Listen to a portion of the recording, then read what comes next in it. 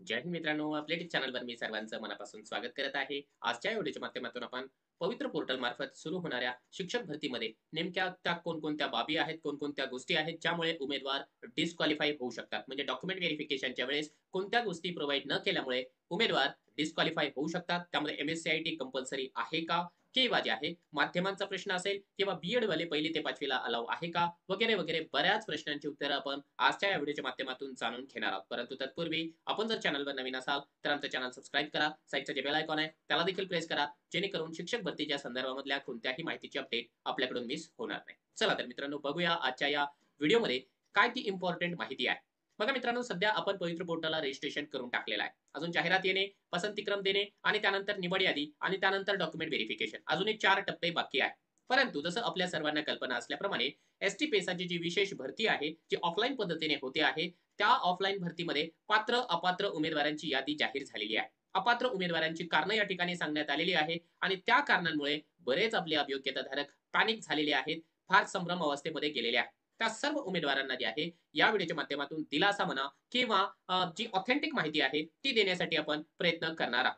चला तर मित्रांनो, बघूया नेमके ते कोणकोणती महत्त्वाची कारणं आहेत, की ज्यामुळे उमेदवार जे आहे डिस्क्वालिफाय होऊ शकतात. बघा, एक-एक करून आपण साऱ्या गोष्टी बघूया. तुमच्या समोर जे आहे शिक्षण विभाग जे प्राथमिक आहे, जिल्हा परिषद धुळे यांची अपात्र उमेदवार जे काही ठरलेले आहेत किंवा पात्र उमेदवार ठरलेले आहेत, त्यांची डॉक्युमेंट व्हेरिफिकेशनमध्ये जी काही क्युरीज आहेत, त्या क्युरीज मी तुम्हाला या ठिकाणी दाखवतो आहे, की नेमकं कोणकोणत्या कारणामुळे उमेदवार हे अपात्र ठरलेले आहेत. तर पहिलं बघा, बाकीच्यांच्या मार्कांच्या संदर्भामध्ये आपल्याला काहीच बोलायचं नाहीये. कारण अजून अंतिम निवड यादी लागणं बाकी आहे. ही फक्त डॉक्युमेंट व्हेरिफाय सर्वांचं झालेलं आहे आणि डॉक्युमेंट व्हेरिफिकेशन झाल्यानंतर ज्या काही गोष्टी आढळून आलेल्या आहेत, त्यामध्ये जर का कुणाकडे काही त्रुटी असेल, तर ते 10 तारखेपर्यंत त्यांनी त्या पद्धतीने जे आहे आक्षेप नोंदवण्याकरिता या ठिकाणी तुम्हाला दिसत असल्याप्रमाणे तारीख देखील दिलेली आहे. म्हणजे लगेच डिस्क्वालिफाय केलेलं नाही. तर बघा, अपात्र जे आहे, पहिलं अपात्रतेचं कारण आपल्याला या ठिकाणी या कॉलममध्ये दिसत आहे. बघा, अपात्र आहे. अपात्र उमेदवार कशामुळे आहे, की मार्गदर्शक सूचनेनुसार उमेदवाराने आवश्यक शैक्षणिक आणि व्यावसायिक अर्हता ही दिनांक 12 फेब्रुवारी 2023 अखेर धारण केलेली असावी. रकाना क्रमांक 71 ते 74 मध्ये जे नमूद आहे त्यांचं, की मी डी-एल-एड केलेलं आहे. त्या प्रथम वर्षाची असून द्वितीय वर्षाचा निकाल जे आहे 17/3/2023 रोजी लागलेला आहे. त्याच्यामुळे हा उमेदवार डिस्क्वालिफाय आहे. मित्रांनो, एक गोष्ट लक्षात घ्या. पवित्र पोर्टलची भरती आणि ऑफलाईनच्या भरतीमध्ये एक खूप मोठा डिफरन्स आहे. काही लोकांना अर्धवट ज्ञान असल्या कारणाने जे आहे ते पॅनिक होतायत किंवा इकडे-तिकडे जे आहे लोकांनाही पॅनिक करण्यासाठी प्रयत्न करतायत. तर हा जो डेटा आहे लक्षात घ्या. हा जो तुमच्या समोर डेटा दिसतो आहे एस-टी पेसा उमेदवारांचा, तो डेटा पवित्र पोर्टलचा नाही. लक्षात घ्या. हा संपूर्ण डेटा जो आहे शिक्षक अभियोग्यता आणि बुद्धिमत्ता चाचणी ज्यावेळेस फॉर्म भरला गेला होता, त्यावेळेसची माहिती या ठिकाणी पुट अप केलेली आहे. म्हणून लक्षात घ्या. आता ह्या डेटामध्ये आणि आपल्या पवित्र पोर्टलमध्ये एक फार मोठा फरक हा आहे, की ज्या चुका आपल्या अभियोग्यताधारकांच्या वतीने झाल्या होत्या फॉर्म भरताना, टेट परीक्षेचा, त्या चुका आपल्या उमेदवारांनी जे आहे रजिस्ट्रेशनच्या वेळेस दुरुस्त करून टाकलेल्या आहे. त्याच्यामुळे आपले उमेदवार जे आहे याच्यामध्ये सापडणार नाही अपात्रतेमध्ये. कारण तो जो टक्का आहे तो खूप कमी होणार आहे. ही एक गोष्ट लक्षात घ्या. या उमेदवारांना जे आहे स्वतःच्या चुका सुधारण्याची संधी मिळाली नाही, म्हणून हे उमेदवार जे आहे रिजेक्ट झालेले आहेत. आणि दुसरी महत्त्वाची गोष्ट, ही जी चूक झालेली आहे ना या उमेदवाराची, की त्या उमेदवाराचा सेकंड इयरचा जो रिझल्ट आहे, तो 17/3/2023 ला लागलेला आहे. तर असा उमेदवार आपल्या पवित्र पोर्टलला फॉर्मच भरू शकत नाही. लक्षात घ्या. हे भरू शकत होते. हे का भरू शकत होते? कारण तिथे वेळेचं बंधन नव्हतं, तारखेचं बंधन नव्हतं फॉर्म भरता असताना. लिहून दिलं होतं. परंतु ते माहिती पुट करून घेत होतं किंवा या उमेदवाराने जे आहे फर्स्ट इयरचा रिझल्टच त्या ठिकाणी पुट करून दिला असेल. आता पवित्र पवित्र पोर्टलला समजा जर तुमचा निकाल 12 फेब्रुवारी 2023 नंतरचा असेल, फक्त अपवाद म्हणून सी डिसेंबर 2022 चं सांगतोय. ते जर का सोडलं, तर ती जी माहिती आहे किंवा जी शैक्षणिक किंवा व्यावसायिक अर्हता आहे, ती या ठिकाणी सेव्हच होत नव्हती. त्याच्यामुळे एक गोष्ट लक्षात आलेली आहे, की आपल्या उमेदवारांना जे आहे अशा प्रकारची माहिती त्या ठिकाणी भरताच येत नव्हती. म्हणून हे उमेदवार अपात्र ठरणार नाही. म्हणजे आपले उमेदवार म्हणजे कोणते सांगतो आहे, की जे एस-टी पेसाचे उमेदवार सोडून बाकीचे सगळे उमेदवार हे आपले उमेदवार आहेत. ठीक आहे? त्यांचं सांगत आहे. म्हणजे एक गोष्ट लक्षात आली, की आपली जी शैक्षणिक आणि व्यावसायिक अर्हता जी आहे 12 फेब्रुवारी 2023 च्या पूर्वीची असावी. दुसरी महत्त्वाची गोष्ट, अपात्रतेचं कारण हे या ठिकाणी देखील सेम तेच आहे. म्हणजे किमान त्या सेम बॅचमधले हे विद्यार्थी असणार आहे. आता जे आहे हा एक अपात्रतेचं कारण आहे. अपात्र ठरलंय कशामुळे? टी आणि सी परीक्षा उत्तीर्ण नाही. म्हणजे हा जो उमेदवार आहे फक्त डी आहे किंवा बी असू शकेल. आणि ही जी भरती आहे 6वी ते 8वी या वर्गाची आहे आणि साहजिक आहे 6वी ते 8वी वर्गासाठी आपल्याला माहिती आहे की टीईटी किंवा सीटीईटी कंपल्सरी आहे. आता हे उमेदवार पात्र नसल्या कारणाने हे अपात्र झालेले आहेत या ठिकाणी. पास नाहीये म्हणजे अपात्र झालेले आहे. हे उमेदवार देखील अपात्र ठरण्याचं कारण सेम तेच आहे. त्यानंतरचं वेगळं जर का अपात्रतेचं कारण काही असेल तर ते मी तुम्हाला दाखवतोय. ज्याच्यामुळे तुम्ही लोकं खूप जास्त प्रमाणावरती या ठिकाणी पॅनिक झालेले आहे. आता एक गोष्ट विशेष गोष्ट तुम्हाला या ठिकाणी दाखवतोय. त्या उमेदवारांच्या नावाशी आपल्याला काही देणं-घेणं नाहीये. ज्या गोष्टी आपल्याला या ठिकाणी दिसत आहे, त्या गोष्टी मी तुम्हाला या ठिकाणी सांगतोय. बघा हा जो उमेदवार आहे, तो टीईटी फ्रॉडच्या यादीमध्ये सामील आहे. म्हणजे टीईटी प्रतिबंधित उमेदवार आहे. परंतु या उमेदवाराने सीटीईटीची परीक्षा पास केलेली आहे. आता ती जुनी केली असेल किंवा आपण सांगू शकतो किंवा डिसेंबर 2022 ची ही परीक्षा त्यानं पास केलेली असेल. आता मला माहिती नाही की त्याने कोणती परीक्षा पास केली. परंतु टीईटी फ्रॉड मधल्या उमेदवारांनी जर सीटीईटीची परीक्षा पास केली तर ते 1 ते 5 साठी जे आहे ते पात्र आहेत. ही एक गोष्ट लक्षात घ्या. म्हणजे एक गोष्ट लक्षात आलेली आहे आपल्याला, की जे उमेदवार टीईटी फ्रॉड लिस्टमध्ये आहे, परंतु त्यांनी जे आहे सीटीईटी पास केली, तर ते भरतीसाठी पात्र आहे किंवा ते बी-एड असेल आणि त्यांनी जर का 9वी ते 12वी वर्गासाठी अप्लाय केलं असेल, तरी देखील ते पात्रच राहणार आहे. या नियमाप्रमाणे तरी आपल्याला हीच गोष्ट या ठिकाणी दिसून येते आहे. आता जे आहे, एक सर्वात कॉन्ट्रोव्हर्शियल मुद्दा या ठिकाणी आहे, ज्याच्यामुळे की बऱ्याच उमेदवारांचे जे आहे मला फोन आले. अक्षरशः काही विद्यार्थी माझ्याकडे रडताना देखील दिसले, की "सर आता आमचं काय होणार आहे? आम्हाला खूप चांगले मार्क्स आहे." आता त्याच्या पाठीमागचं कारण हे आहे, की हे कारण बघा, की हे एक उमेदवार आहे XYZ. आता त्यांचं नाव आपण या ठिकाणी घेणार नाही, कारण आपण फक्त कारणं या ठिकाणी बघत आहोत. बघा, अपात्र ठरलेले आहे. कशासाठी? एम-एस-सी-आय-टी संगणक परीक्षा उत्तीर्ण. परंतु ती उत्तीर्ण कधी आहे? 10/8/2023. आता या एका प्रकरणामुळे खूप जास्त प्रमाणावरती गोंधळ झालेला आहे. काही लोकांनी सांगून दिले, की एम-एस-सी-आय-टी नसेल तर तुम्ही डिस्क्वालिफाय होऊन जाल.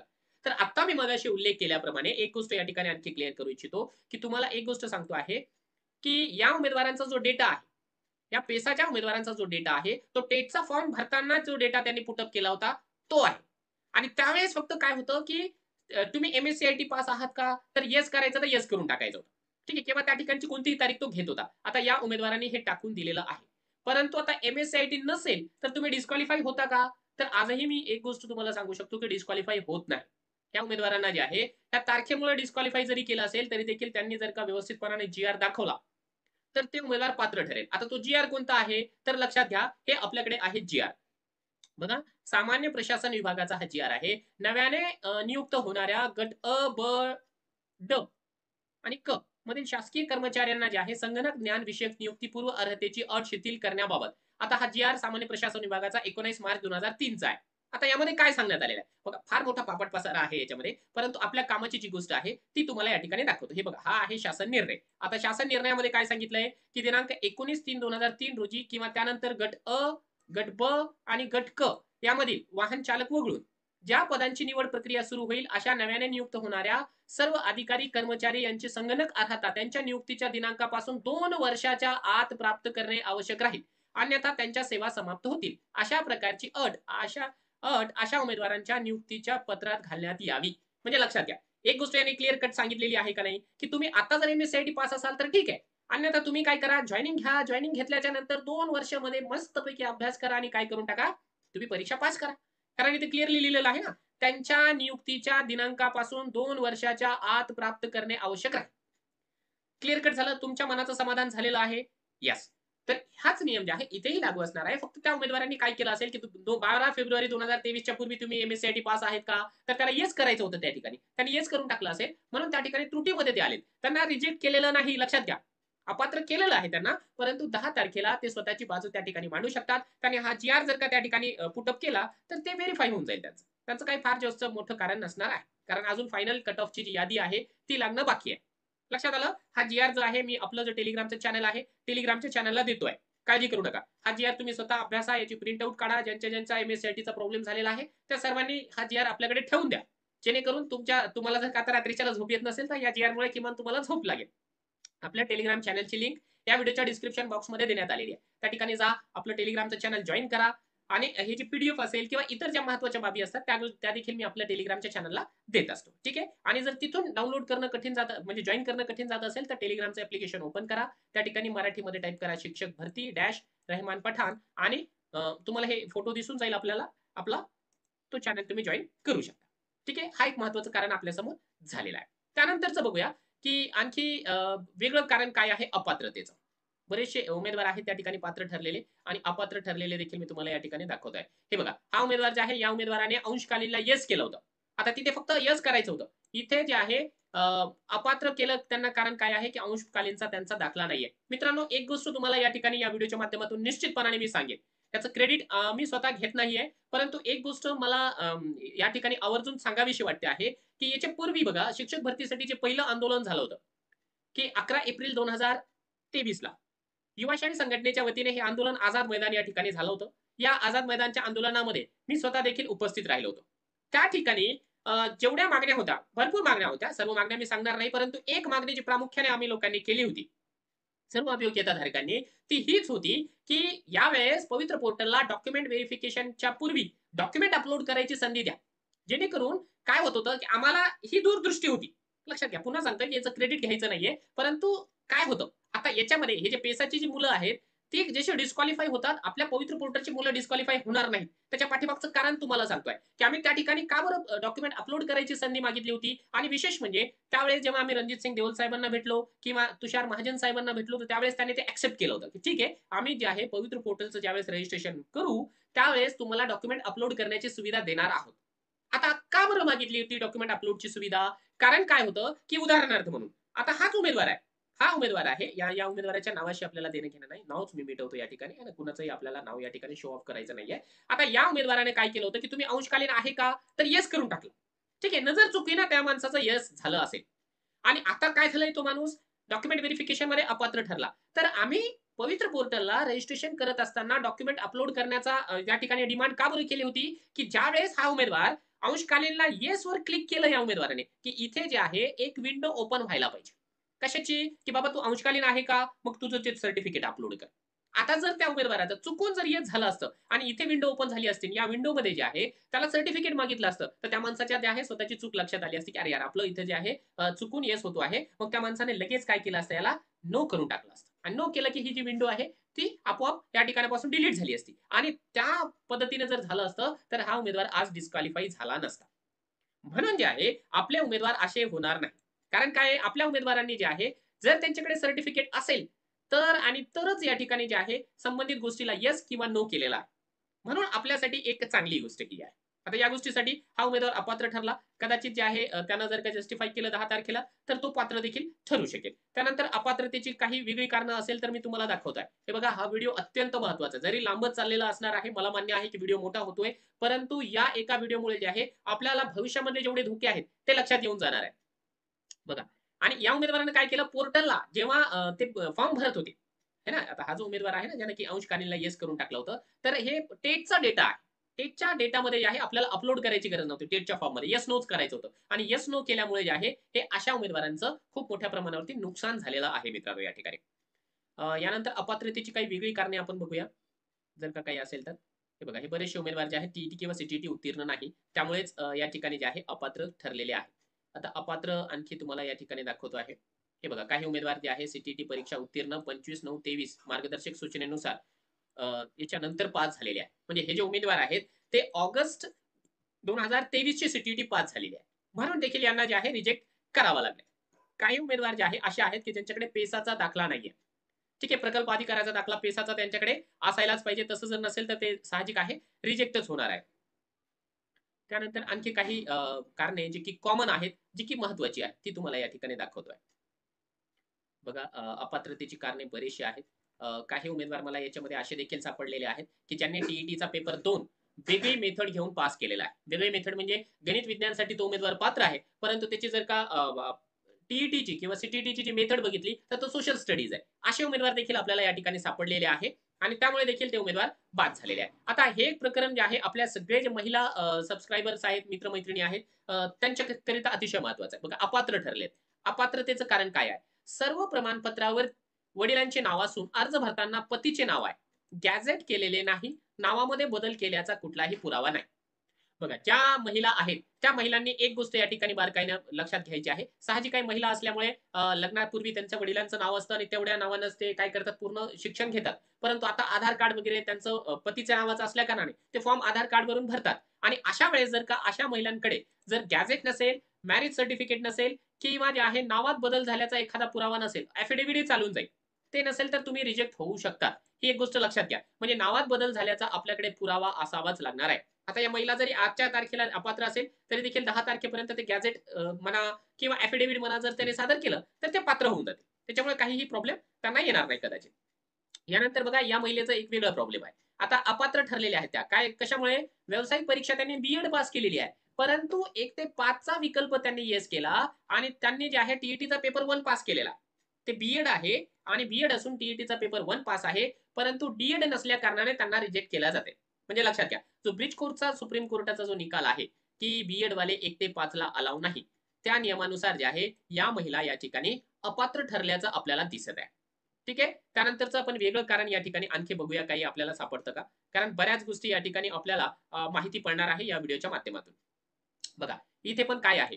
अपात्र आहे. कारण काय 1 ते 5 साठी विकल्प सादर केलेला असून सी पेपर 1 उत्तीर्ण असणे आवश्यक असताना सी पेपर 2 उत्तीर्ण आहे. बघा, आता काही जणांच्या मनामध्ये जे आहे खूप मोठा संभ्रम आहे, की त्यांनी 2017 चेच नियम आजही फॉलो करायला सुरुवात केलेली आहे. जे उमेदवार टी पेपर 2 पास आहे, 2017 ला त्यांना 1 ते 5 ला घेतलं होतं. परंतु आता तो नियम बदललेला आहे. 2019 ला शासनाने नवीन शासन निर्णय काढलेला आहे. त्यानुसार 1 ते 5 ला पात्र होण्यासाठी तुम्हाला जे आहे पेपर 1च पास असावं लागणार आहे. आता हा उमेदवार पेपर 1 पास नसून पेपर 2 पास आहे, म्हणून त्याला जे आहे रिजेक्ट करण्यात आलेला आहे. ही एक गोष्ट लक्षात घ्या याच्यातून.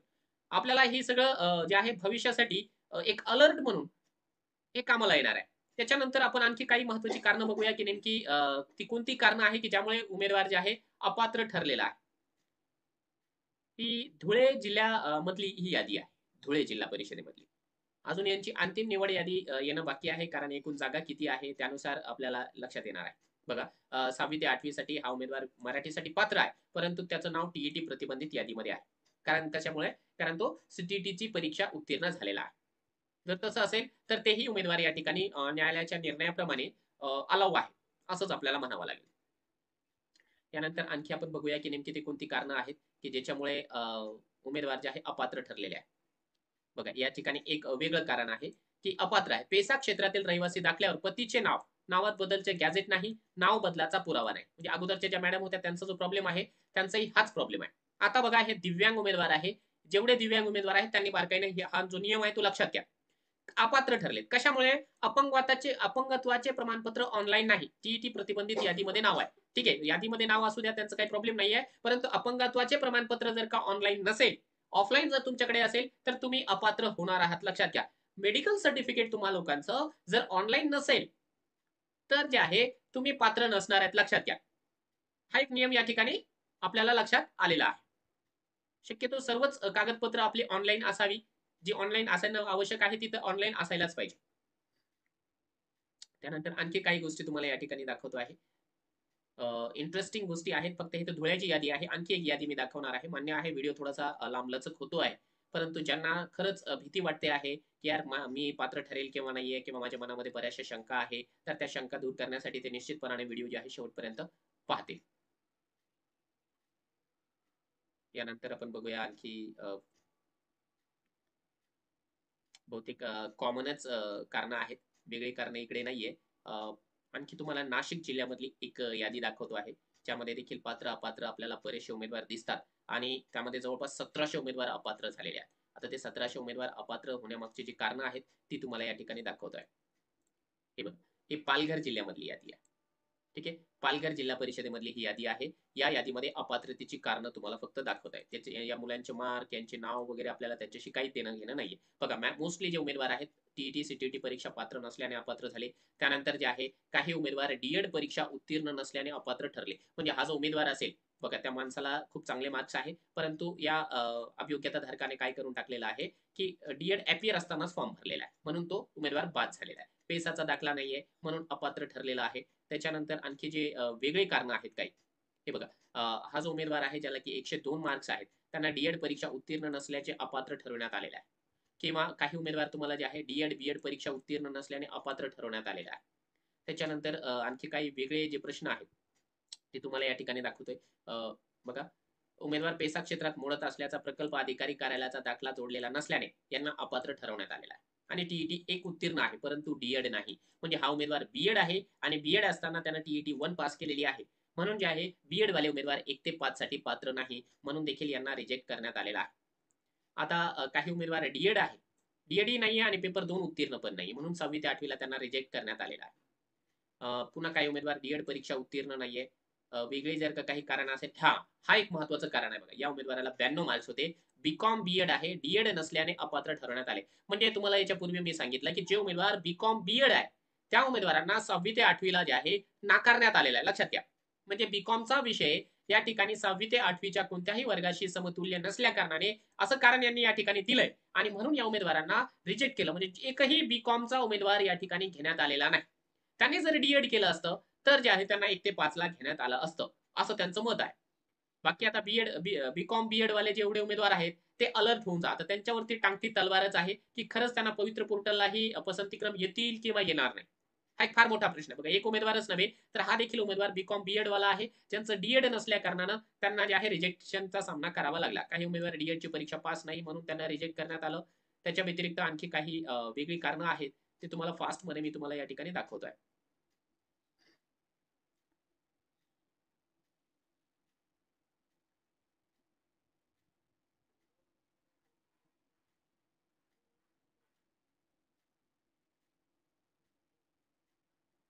बघा काही उमेदवार तर असे आहेत की ज्यांनी टीईटी किंवा सीटीईटीचा पेपर देऊन उत्तीर्णच नाहीये. फक्त बीएडच्या बेसिसवर त्यांनी पास केलं, परीक्षा दिलेली असणार आहे त्यामुळे त्यांना रिजेक्ट केलं. बघा डीएड नाही, बीएड नाहीये, काहीच नाहीये, तरी देखील त्यांनी फॉर्म भरलेला होता. आता पेसा क्षेत्रामध्ये दुर्गम भाग असल्या कारणाने बरेच उमेदवार आपल्याला असे सापडून जातात की ज्यांच्याकडे उच्च जे शैक्षणिक अर्हता नाहीये. आता एक कारण या ठिकाणी बघा, 79 मार्कवाला हा उमेदवार आहे. 12वीला 35% मार्क्स आहे.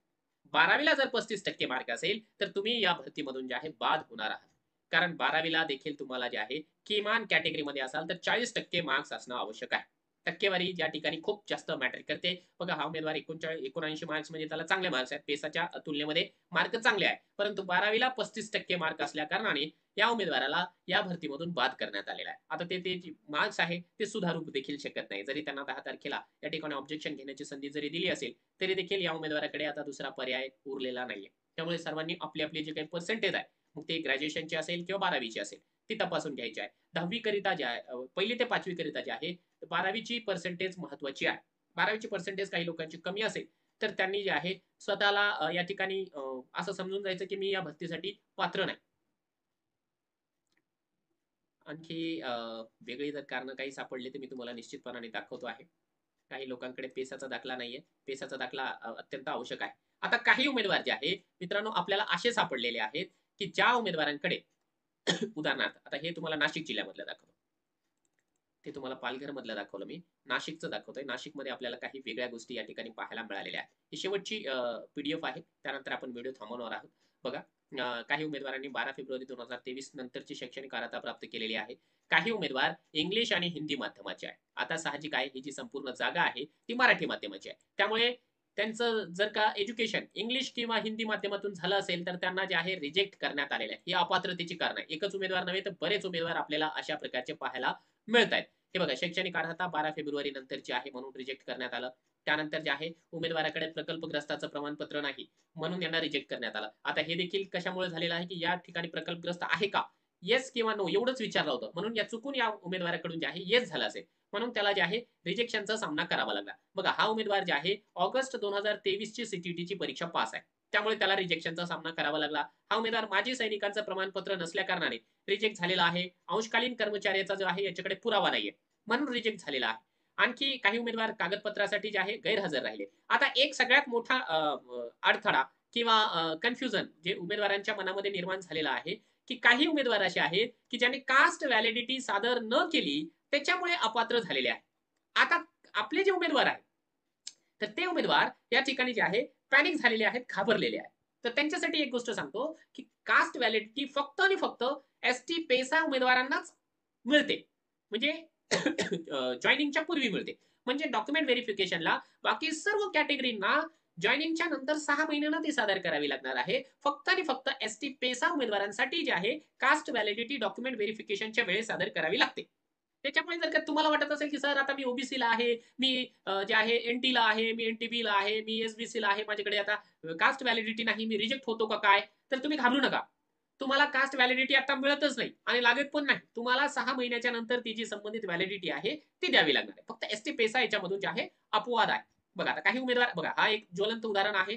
टीईटी पेपर 2 विज्ञान गणित विषय घेऊन उत्तीर्ण नाही. म्हणजे हा जो उमेदवार आहे तो गणित विज्ञान या विषयासाठी पात्र आहे, परंतु त्यांनी जी टीईटी पास केली असेल किंवा सीटीटी पास केली असेल त्यामध्ये त्यांचा जो विषय आहे त्यांचा विषय सोशल स्टडीज होता, म्हणून त्यांना रिजेक्ट करण्यात आलाय. बघा हा देखील उमेदवार सेम तसाच आहे. हा देखील उमेदवार आपल्याला सेम त्याच पद्धतीचा दिसतोय. काही उमेदवार इंग्लिश माध्यमाचे होते, त्यामुळे देखील या ठिकाणी जे आहे त्यांना रिजेक्ट करण्यात आलेला आहे. आणखी काही वेगळं कारण असेल तर मी सांगतो तुम्हाला. अन्यथा जे आहे आता व्यावसायिक अर्हताच उत्तीर्ण नाही, म्हणजे डीएड बीएड हा जो व्यक्ती आहे तो पास नसेल. हे बघा सीटीटी किंवा टीईटीचा पेपर नाहीये किंवा चुकीची मेथड घेऊन जे आहे काही उमेदवार या ठिकाणी पात्र झालेले आहेत. आता असं होणार आहे की आपण पवित्र पोर्टलला तर जे आपल्याकडे सर्टिफिकेट आहे तेच अपलोड केलेले आहे. चुकून आपण येस नोचा कार्यक्रम इथे केलेलाच नाहीये आणि येस नोचा कार्यक्रम न केल्यामुळे जे आहे पवित्र पोर्टल मार्फतची भरती होईल त्या भरतीमध्ये फार कमी लोक, फारच कमी लोक जे आहेत ते डिस्क्वालिफाय होतील असं आपल्याला अपेक्षा आहे. तर मित्रांनो हे जनरल ही कारणं आहेत की ज्याच्यामुळे उमेदवार जे आहे डिस्क्वालिफाय होतात. याच्या व्यतिरिक्त देखील नॉर्मली काही कारणं असू शकतील की ज्यामुळे उमेदवार जे आहे या ठिकाणी रिजेक्ट होऊ शकतो. म्हणजे आता काही उमेदवार जे आहेत असे आहेत की ज्यांनी माहिती चुकीची भरलेली आहे, डॉक्युमेंटही चुकीचं अपलोड करून दिलेलं आहे, तर ते उमेदवार जे आहेत निश्चितपणाने रिजेक्ट होऊ शकतात. परंतु कॉमनली जर का आपण बघितलं तर एवढीच ती कारणं आहेत की ज्यामुळे उमेदवार एखाद्या भरतीमधून रिजेक्ट होऊ शकतं. तुमच्यापैकी कुणीही रिजेक्ट होऊ नये. ज्यांचं सिलेक्शन झालं त्यापैकी 100% उमेदवार जे आहे डॉक्युमेंट व्हेरिफिकेशन मधून क्लिअर होऊन जावे. लवकरात लवकर जे आहे जाहिरात यावी, पसंतीक्रम यावं, असंच माझ्याकडून जे आहे तुम्हा सर्व अभियोग्यताधारकांना खूप साऱ्या शुभेच्छा. तुम्हाला हे सर्व पीडीएफ जर का हव्या असेल तर या सर्व पीडीएफ आपण आपल्या टेलिग्रामच्या चॅनलला दिलेले आहे. आपल्या टेलिग्राम चॅनलची लिंक या व्हिडिओच्या डिस्क्रिप्शन बॉक्समध्ये देण्यात आलेली आहे. त्या ठिकाणी जा, टेलिग्रामचं चॅनल जॉईन करा आणि ही पीडीएफ देखील निश्चित